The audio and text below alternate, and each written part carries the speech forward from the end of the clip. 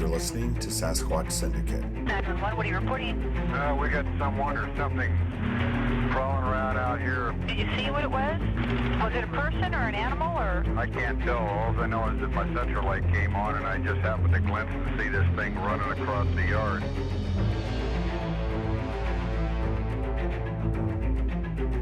And all the ape believers don't want any of the paranormal believers to say anything because they're all whacked and screwed up, and we don't want them.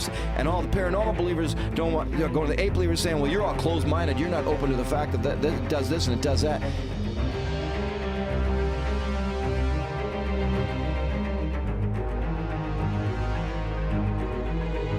And I look over my left shoulder, and this creature is running through the woods, and it's bulldozing the brush down.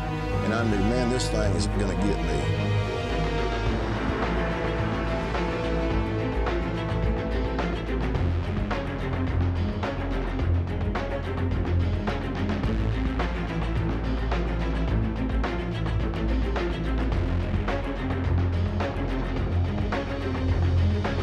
Welcome to Sasquatch Syndicate. I'm your host, Chuck, out in Seattle, Washington, along with Paul in Portland, Oregon. Thanks to everyone for listening and those following us at SasquatchSyndicate.com and on our social media outlets.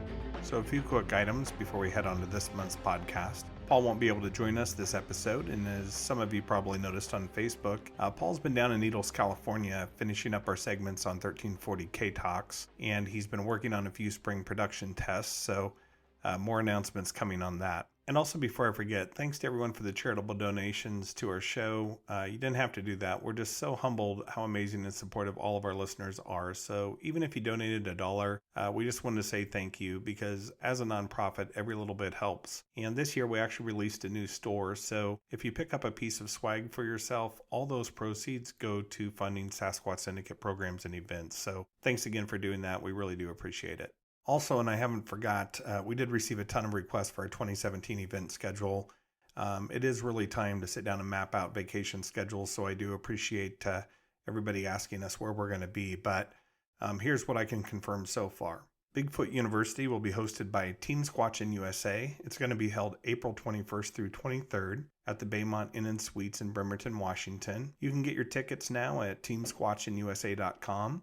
We will have a booth there, so please stop by our table. And as always, we look forward to seeing your smiling faces. Also, for those that missed the first annual Alien Con, we will be back on tour, and Sasquatch Syndicate will be speaking at Alien Expo Dallas.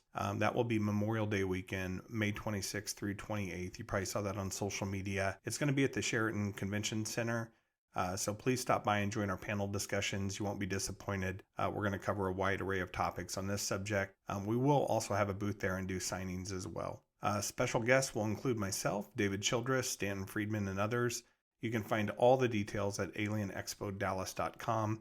Also, for those that know Jeff Byers from Creature Replica will also have a booth at this convention, so stop by for some of the best gear and replicas ever produced. He's got fantastic stuff. And promoting even further out, please mark your calendars for Labor Day weekend, September 1st through 3rd in Kennewick, Washington, as the International Bigfoot Conference returns. It was a fantastic event. It's going to be even better this year. So we're going to start promoting early. All tickets can be picked up at the internationalbigfootconference.com, and updated information will be forthcoming. So on to this month's podcast. With us tonight on Sasquatch Syndicate is Dr. John Bindernagel.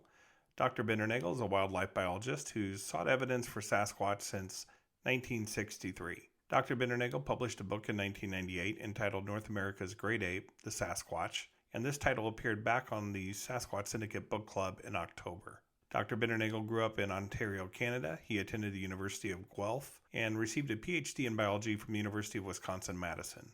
So Dr. Bindernagel, welcome to Sasquatch Syndicate, and we just wanted to say on behalf of all of our listeners, we really wanted to thank you for pioneering and blazing the trail for the next generation of researchers. Well, thanks for the affirmation, because I'm kind of out of the loop these days, and I'm still working quite hard up here. Well, we certainly appreciate that, and you're inspiring new generations. That's my hope.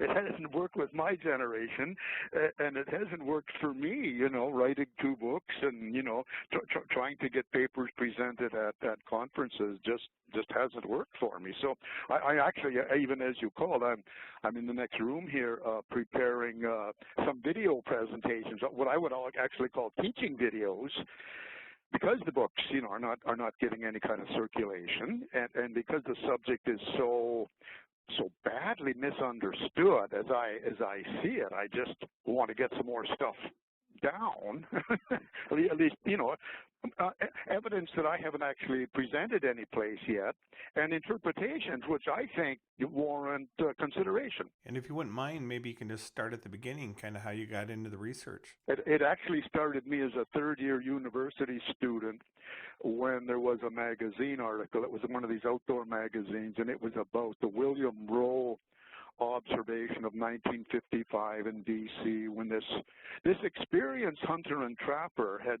seen what he called an ape man, and it was written up in the magazine by Ivan Sanderson, and I raised it in class. And class in those days was wildlife management. I was in a wildlife management option at the University of Guelph in Ontario, and I asked, what about this ape man report, and then, well, I was laughed at by the professor and, of course, my classmates, and it kind of rankled because I would have been 21 years old, pretty idealistic about science. And so at that time, that was 1963. At that time, I couldn't find anything except a bit of stuff on the Yeti in the library and in books and journals. But anyway, that's how I got started. And then, as you probably know, John Green's book started coming out in the late 60s and early 70s, and then we finally had something to talk about. So as you began your research, and maybe you can just kind of talk about that journey, kind of how it started, and then, of course, how you ended up on kind of that ape theory, potentially Gigantopithecus, and kind of how all that started. Well, that theory came much later. In fact, I hadn't paid any particular attention to it. Back in those days, I am a professional wildlife biologist, and I was just being the biologist. I'm saying I have no idea what this is. I have no idea how it got here. I just know that it is here. We have its tracks. We have these eyewitness drawings. I have all these eyewitness descriptions. I think it's something we should be investigating. Well, it was probably not until, almost the second book, or certainly fairly recently, like maybe 6 years ago, when it finally dawned on me, John, among scientists, others, I didn't realize this, but almost half of us will not consider evidence if there's not a theory to sort of explain it. And I thought, we don't need a theory. Let's just deal with the evidence. No. A lot of scientists really wanted a theory, a theoretical basis to explain the evidence. So anyway, and this is where, Jeff Meldrum and I, and certainly Grover Krantz before us, said, well, Gigantopithecus is a pretty good theory, If we need a theory, this is probably the best we got, that either it or a related ape, upright giant ape, migrated from Asia across the Bering Land Bridge into North America and persists. And I happen to think that's a pretty good theory, to go with. So, Dr. Bindernagel, I know we talked a little bit about how long you've been researching this subject, but I think a lot of those folks out there listening don't really realize how much time you've actually committed to this subject. And when I say pioneering, I really meant that, but maybe you can talk a little bit about how much time you've spent on this topic. No, as a matter of fact, I would not like to talk about how much time I've spent on it. Okay. Your wife must be close by. And nor would I like to talk about how much effort and how much money I've spent on this. But anyway, no. I'm joking. And my wife is now on side. She's always been on side, but it's been almost embarrassing, the amount of time and effort that I've spent on this to the neglect of, the house and stuff around here. But anyway, when it became full time, I don't know, more than 15 years ago, like I was still keeping up my wildlife consulting, and I actually had a career as an international wildlife biologist for about 25, 30 years, going, with the United Nations in Africa and Caribbean and Asia, and that was fine. That was great. That was, like my wife says, that's when I was a real biologist. Well, I happen to think this is my point. I happen to think I'm still a real biologist. I happen to think and I know I'm studying a real North American mammal, and that keeps me going.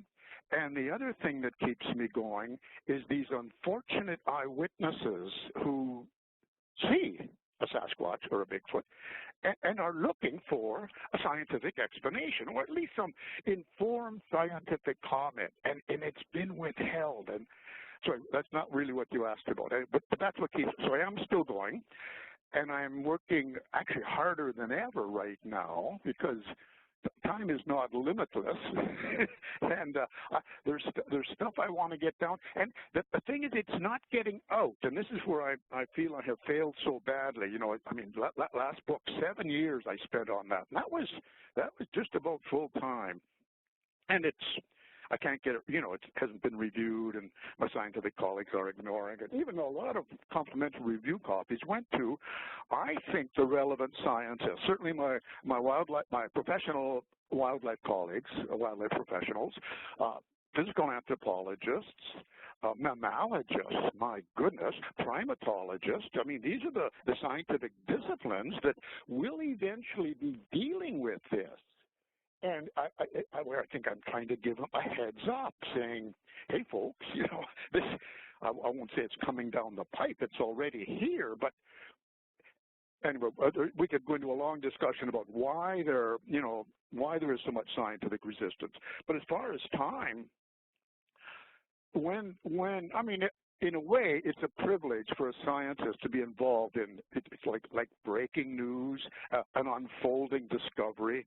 It's like, wow, here's this 700-pound mammal, uncatalogued, basically undescribed in the literature, just waiting for an interested scientist to work on it, which is what I see myself doing with, of course, just all this help from the amateur investigators, because without the evidence and data and observations that they share with me, I have very little of my own. But I happen to think I can sort of make sense of it. And this is why I did the first book, which, 1998. No, that was 4 years of work, and I was quite pleased with myself at that time because I thought, I think now this has been divisive. I called it North America's Great Ape, the Sasquatch, because I thought, an upright great ape really explains, the observations, the anatomical features like the long arms and that short, thick neck and the brow ridges and all the stuff that was being reported.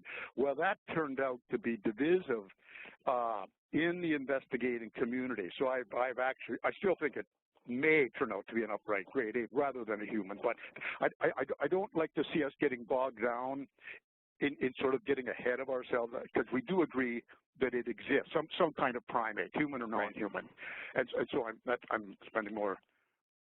I'm trying to be a little more conciliatory and say I should not insist on it being a great ape. All I'm saying is that the ape hypothesis does help us explain some of what is seen.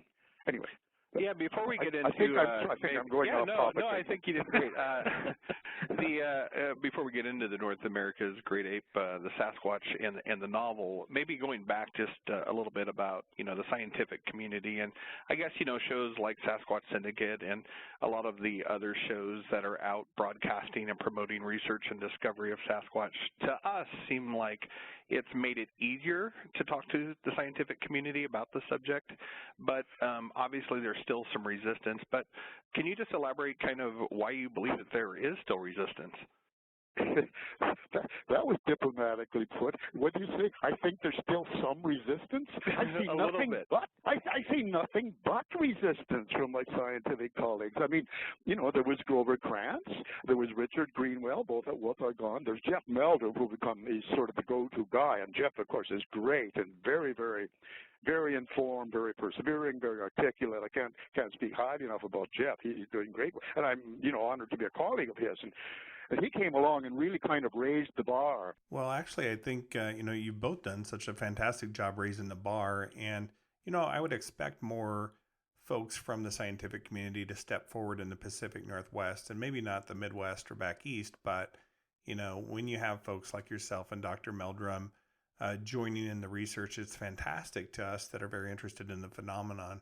So I just really appreciate that. But I was just curious kind of what you really believe the resistance is. And I know that you've done some articles, on that, but maybe you could just kind of share your thoughts. Yeah, what you're talking about, or the answer to that is basically the whole second half of my second book, and it's all about scientific resistance. And there's many, many reasons, sources of resistance, some of which are justifiable. I mean, we sometimes, we investigators, I certainly don't, but I know that some do, we fail to understand what an enormous claim we are making.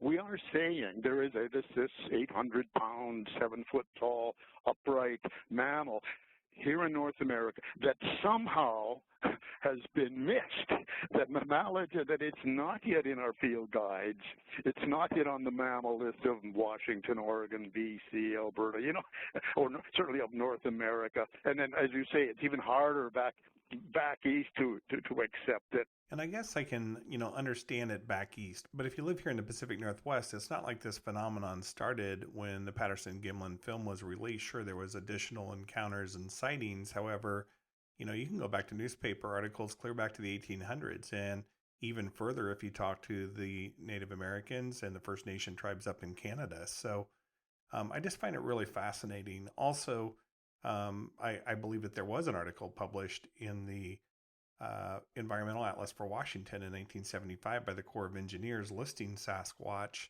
as a Northwest species. So there's a lot of newspaper clippings and articles that go way, way back. First of all, you're right. And I do this, and I'm working on a presentation to show it. This thing didn't just spring on us, as the media thinks, with the name Bigfoot and the Jerry Crew casts in 1958, or the Patterson-Gimlin film in 1967. There are these earlier reports, and I dealt with this in the book. They start off as monster reports back in the early 1800s. This is the published reports, and then there's the wild man reports, which seem to have been Sasquatches, and I've shown that some of them have many of the anatomical details we now accept. And then finally, it got the name Sasquatch, and I mentioned the unfortunate name, I call it the unfortunate name Bigfoot, because it's very hard for my colleague to take seriously something with a nickname like that. But anyway, that's almost an aside. So even besides just like the taboo of Bigfoot, why isn't it accepted? I mean, what are your thoughts? See, I have to be careful. It's a bit of a rant with me because there's so little almost none informed scientific comment out there, because scientists much more qualified than me, I'm talking mainly physical anthropologists here, could be explaining this to people and saying, yes, these are interesting reports. We do take them seriously. No, we don't know what it is yet, but we are looking into it. Well, of course, they're not. And so the media they've left this vacuum, which the media said, this is great. It's a wonderful subject of entertainment. People are curious. It's a mystery. And the media, and this is not media bashing. This is just explaining how the media works. And I think I've come to understand it. Sometimes you get some very balanced presentations in these documentaries. Other times you get something rather more sensational, and maybe directors and producers playing a little loose with scientific evidence, and maybe not their methodology isn't as rigorous as you would like. So there's been, I've heard it called that the evidence has been adulterated. Well, I mean, we can talk about hoaxes too, the hoax claims, but you know, and it's become a joke. It's been trivialized. It's not seen as a subject of scientific research. You know, cultural anthropologists who at first were the problem. They were saying, "Oh yes, the Sasquatch, yes," and of course in Aboriginal culture it was the Wendigo with the Cree people, and here Sasquatch in D.C. or Bukspukwas and Zonaqua. Anyway, yes, these supernatural creatures, you know, they were a symbol for starvation and fear and wilderness. So we got this from cultural anthropologists, but in recent years, 1967, Wayne Suttles, who was at Portland State University, wrote a few things. They said, you know, it's been very easy for we cultural anthropologists to sort of dump Sasquatch-appearing creatures into this category, supernaturals, and leave it at that. And then he says, perhaps we should not have been so hasty cataloging in this way what our Aboriginal informants have been telling us. And so then he goes on and talks about what they've done, you know, this cataloging, and finally ends up with the words, "and we may be wrong." Well, that was great. And then another anthropologist at York University in Toronto wrote something, again, in the 1970s. She's reconsidering. She's saying, yes, and the West has all these mythical creatures like Ogopogo and the Sasquatch.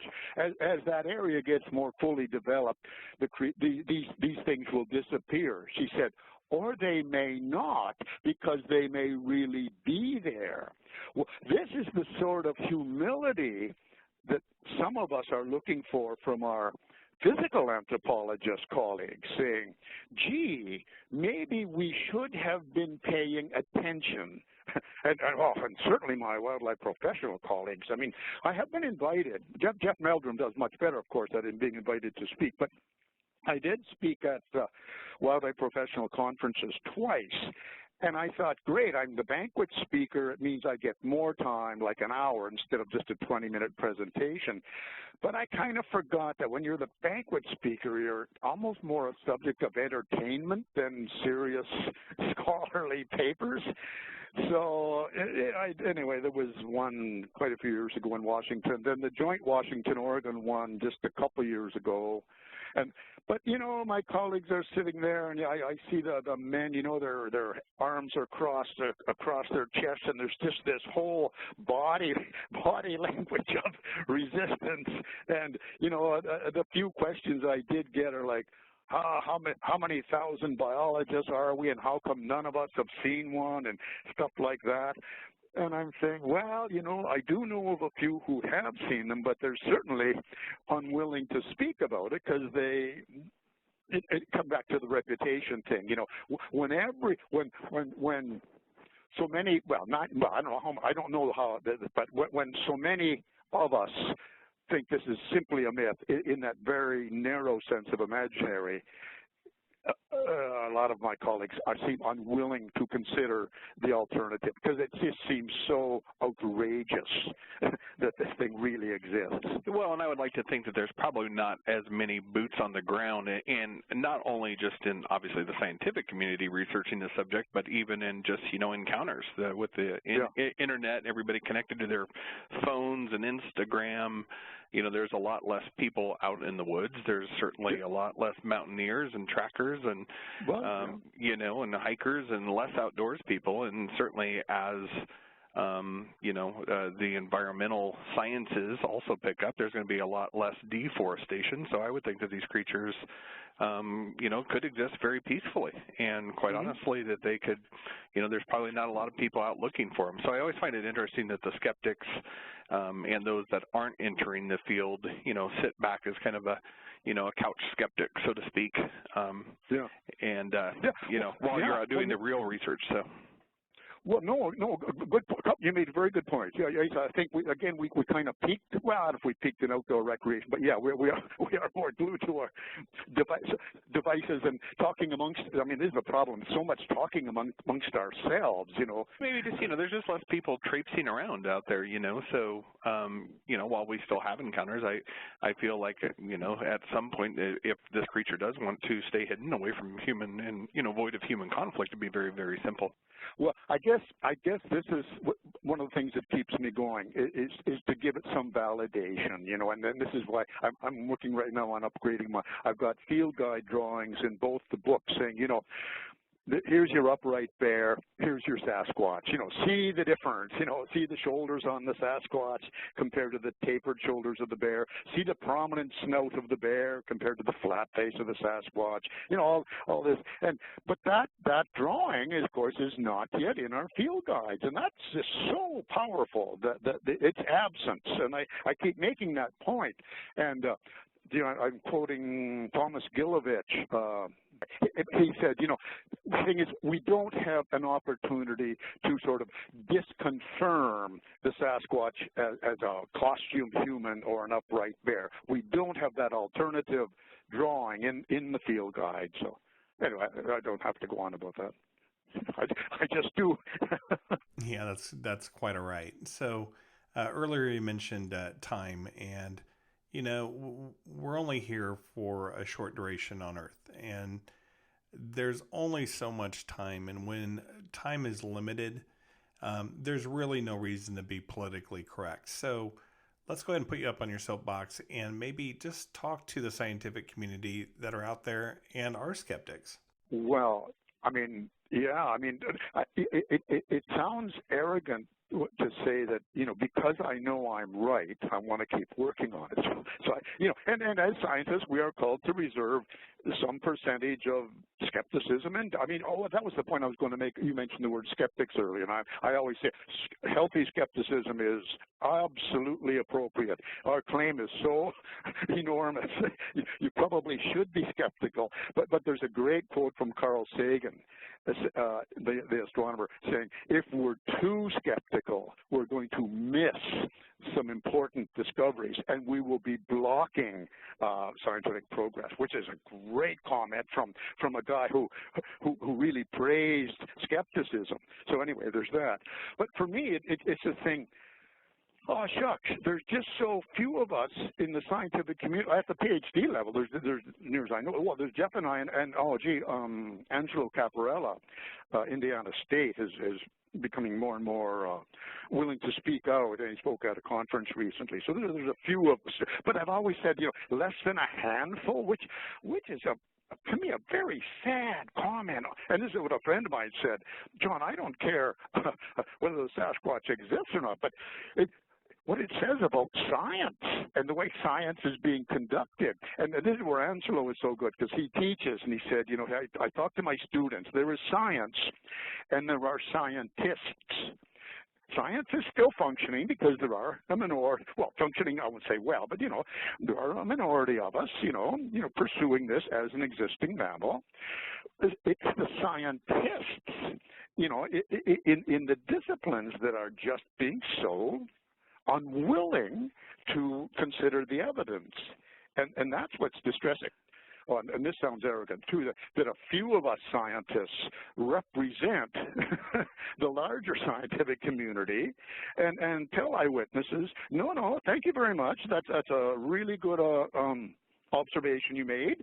Can I ask you some questions for some anatomical details or physical features of what you saw? And did you happen to photograph tracks? And take these reports seriously, which I do.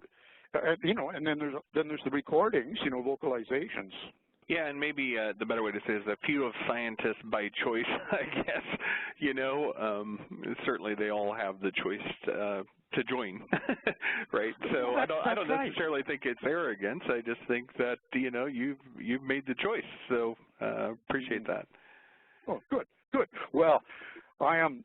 And it'll be interesting how future historians look back on this long period of basically scientific absence, because, you know, the scientists I am appealing to, I mean, they're at, you know, the American Museum of Natural History, Royal Ontario Museum, Royal British Columbia Museum right here in BC, Field Museum, Big Mammalogy Museum in Chicago, Smithsonian. I mean, these are the people that we look up to for informed comment, and they are being absolutely silent. And I guess I have got a chip on my shoulder, because when I did complete the second book, I sent out review copies with a covering letter to scientists in those institutions. I actually spent a lot of time studying who are the relevant scientific experts and specialists with regard to this, and you know, and there's a word that's used by philosophers that it's intellectual sympathy. It's not that I want them to be sympathetic, you know, to what we are claiming or the evidence supporting it. I'm appealing to their intellectual sympathy, that, you know, if they indeed have all this knowledge about great apes and other primates, there's some stuff in the observations that should really catch their interest, like this thing walking around with these long arms, and, you know, for, you know, good eyewitness descriptions. You know, it lacks the sharp chin. It's got a rounded chin. Well, that's very much a great ape feature. It's got these deep-set eyes, the flat face. There's just, and then the behavior. You know, all this projectile throwing. It's very similar to intimidation behavior of great apes. So what I'm saying is, and this is why I went with sort of the great ape hypothesis. I'm not saying it is a great ape, but by using that hypothesis, we can at least find a place in the mammal kingdom where it might fit, because there are these precedents. You know, I think it's actually a very helpful hypothesis. If eventually it turns out to be more human than ape, that's fine, because again, these physical anthropologists, they don't really draw that bold line between humans and apes the way many people do. At least they don't anymore, if they did. But I don't want to get into that ape-human thing. Yeah, no problem. So, Dr. Bindernagel, of course, you have a couple books out, and as you know, we promoted your North America's Great Ape on our October book club. We had a couple questions from social media about the book. The first question is from Katie. She's from Surrey, BC, and she had asked, where do you believe Sasquatch sleeps during the day? Well, that's a good. I don't know. I mean, no. Well, we have these. And this is the thing. You get one report and you kind of consider it. You get several reports and you say, oh, we're building up a bit of a pattern here. Well, I only have one or two reports, and they're from the loggers and foresters on Vancouver Island about moss beds. And I do have someone I'm working with on the mainland who keeps finding, they're very crude shelters. And you know, first of all, you get something that's way beyond what a bear is going to do, which is just basically a nest. It's actually constructed. But then you have to consider humans in the bush, you know, survivalists and people like that. And usually it's not that good and not that effective. So, and this is kind of like what I call almost like the cutting edge of Sasquatch research. And the problem with you know, and this gets, we're into an area of speculation here if I try to answer her question, but the problem there is that someone said, well, when you're talking about Bigfoot, it's all speculation. No. It's evidence based, and so I try not to get into that area.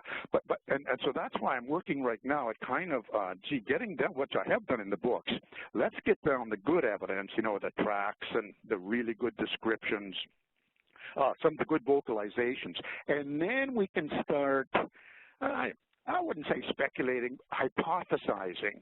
And the problem with this evidence I'm talking about, these structures, there isn't a firm link. Although again, some of the amateur investigators I work with haven't understood the importance of documenting tracks. If you get a good Sasquatch track alongside a structure or you know, some damaged trees, twisted trees, shredded trees, other stuff that gets reported, now we're progressing towards a linkage, saying this is in fact Sasquatch related. At the moment, and this is a thing that it's unfortunate, a lot of people, almost every broken branch, every twisted tree, every partial impression of the soil is Bigfoot, especially if they're out on a so-called expedition. And so that you know, that's where confirmation bias has been so unfortunate, because these, excuse me, people do make claims that they can't support, and I try not to do that, and that's why I'm reluctant to go too far with this thing. But at one time we may find, you know, that there are some kind of crude shelters. Yeah, it's interesting. We've had some, and I'm happy to send them to you so you can take a peek at them, but we've had a couple eyewitnesses had sent in, they almost look like a tree igloo made out of a, you know, just like branch. And so I've got some really great pictures that actually were submitted to me. I'm not going to air that, but I'd love to send them to you to take a peek at. I'm very interested in this, because I have a few of those myself. I actually came down to the Queets drainage of the Olympic Peninsula a couple of years ago, and a fella had wanted. Gee, you know, and you know, we tried to explain it. It was a really good shelter, and you know, yeah, I think you know what I've seen, at least. I mean, it couldn't have been made without thumbs, right? So certainly, you know, somebody, you know, not to say that humans couldn't be a possible cause, but you know, just kind of, you have to look at it objectively. But certainly, I've got some really great photos I'd love to share with you at some point. No, good question. Sorry, okay. Sorry, I can't. There's another, Candace. She lives in the Sierra Nevadas, and she had a question. She had read your book. She asked if you believe that they're migrating. Her belief is that they would migrate potentially from Alberta, BC, and Alaska all the way to the Sierras each year. And she's curious what you believe. Yeah, people have suggested this. I mean, to me, that sounds like quite a what's the word? It's asking a bit more than I would expect. I think certainly here and in the mountains, certainly here up here in you know, northern part of Sasquatch, well, I don't know if we're in northern part of Sasquatch habitat, but an altitudinal migration, a yearly seasonal migration makes sense. Just like we see, like with grizzly bears, you know, come spring they work their way up the mountain, you know, starting with grass down in the estuaries on the coast, and as the snow recedes, they go up and get vegetation, end up in the high country in summer. And I think a lot of ungulates do that, you know, moose and elk, that sort of thing. And to me, that sort of makes sense. And certainly, we have lots of reports of Sasquatches down on the clam beaches in winter. So that's an altitudinal, very, very, very local thing. As far as distance or horizontal distances, I really don't know. We think we have evidence here on Vancouver Island of about a 50, well, same, excuse me, same or we think the same individual tracks. Sorry, tracks of the same individual seen 55 miles apart, 5 years apart. That seems reasonable. Those longer migrations, I don't know. I sort of doubt it myself, but I probably shouldn't be doubting it, because you know, we don't know, and we should consider everything. So maybe it does happen. Okay, and a question from Kevin in Ontario. He was just curious how many casts or tracks you have in your collection. Gee, the collection I bought, this deer hunter, it's got good photographs of 8 in a series, which is a fairly long series in mud. So, and individual photographs of all 8. Casts, there were casts of 4, and now we have casts only of 3 because one got lost. And I could comment on that because, you know, because his evidence wasn't considered important. He didn't maybe archive it or look after it as well as he could have, and one got broken or lost something. But that happens. We're not valuing this evidence, and I'll try to not to go any further there. But yeah, I guess maybe I've got a dozen. You know, mostly copies. A few. My wife and I cast 3 tracks, our originals, and I've now got these originals from elsewhere on the island here. And then mostly once in a while I get copies from Jeff Meldrum or Cliff Berrickman, because they're useful for teaching or for showing some anatomical feature like juvenile tracks. And so I'm just thinking of some track photographs from the BC mainland, some really interesting juvenile tracks down around 4 inches. But they were in snow, so they probably couldn't have been cast. They were very well photographed. there's a nice subadult track about 10 inches, great photograph in sand, which could have been cast had that investigator realized the importance of casting. And I have seen another 10-inch track, actually, an Oregon investigator. So for me, part of the, I mean, yeah, and Jeff Meldrum, some years ago, had over 200 in his collection. So the important thing is that there is an archive collection, and this is at Idaho State there with Jeff. It's available, you know, but well, at least a few years ago, Jeff Meldrum couldn't get his colleagues to sort of from down the hall to come and look at his evidence because they saw no relevance to it. So it's a very sad comment on well, on our colleagues in the relevant disciplines. I don't want to sound critical, but it's been very disappointing, you know. And so I myself, I was going to say, I'm looking for a place where my stuff's going to go. I mean, sure, the family's going to look after it, and that's fine. And it'd be a stopgap thing. There's no universities here interested. There's no museums particularly interested.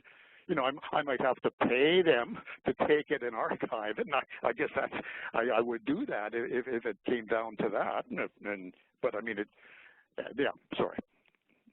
Oh no, that's quite all right. But no, I typically agree. I think we're on the same page. So yeah, no, I'm starting to sound like Richard Greenwell, and I asked him about how, you know, because he was worked with in cryptozoology and had a journal going, and I asked him something about how was it going. He said, "Oh, John, are you sure you want to hear the whole sad litany of all my failures and disappointments?" Well, that's sort of the way I'm feeling.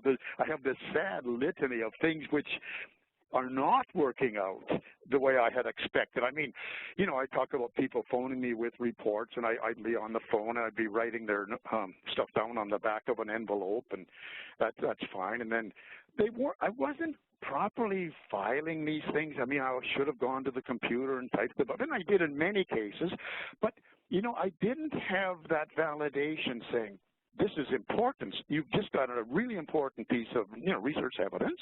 You need to properly file it and look after it. And, you know, it just, you know, people still thought this was a weekend hobby of mine. and I guess maybe let that get to me saying, well, John, you need to spend your time, you know, repairing your roof or something, you know, and anyway. No, that's great. Well, not great. Not great at all. I've had some other folks tell me the same thing, so, but that's okay. I love it, and certainly, you know, it's been a very fascinating journey on the subject. So, so I had one more social media one. It was from David. He's out in, let's see, where does he look like? Oh, he looks like he's from Alberta. He was just curious, where do you believe, if you had to pinpoint your research, where would be the best place to find Sasquatch?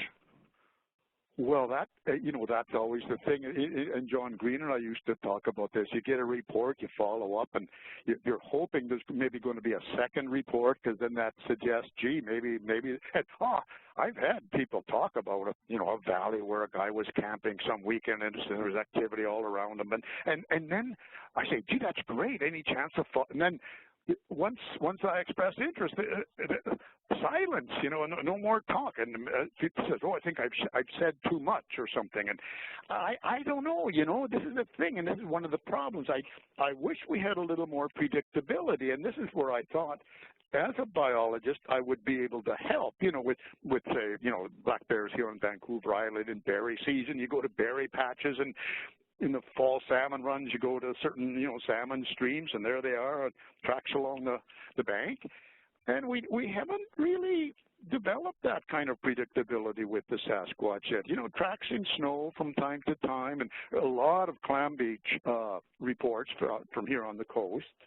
But I mean, there's a lot of clam beaches, and it hardly zeroes things down. I guess, you know, over the years, we've got a lot of folks that call into the show or report encounters. I guess I live here in Washington State, just in Mill Creek, and I spend some of the winters and out of the rain over in East Wenatchee. But certainly we've had a lot of encounters up near the Swiato River, up near, you know, the Buck Creek campground. It seems like that seems to be a hot spot up in that area. Yes. And so I guess, you know, Paul and I's own database that we kind of archive, and we're not the BFRO, but in terms of what we get reports of, it seems like it stays in that area. Yeah. And we get a lot of reports up in that area. Yeah, I was invited to that area last year, and I went there. Yeah, so I agree. Mm-hmm. But I mean, as you know, that's a big area, and it's pretty well, I wouldn't say remote, but undeveloped. Yeah. Yeah, so I just always found it interesting, and spent some time up there as well. So yeah. Yeah. Oh yeah. Oh gee, the Washington Cascades. Yeah. I mean, yeah. Yeah.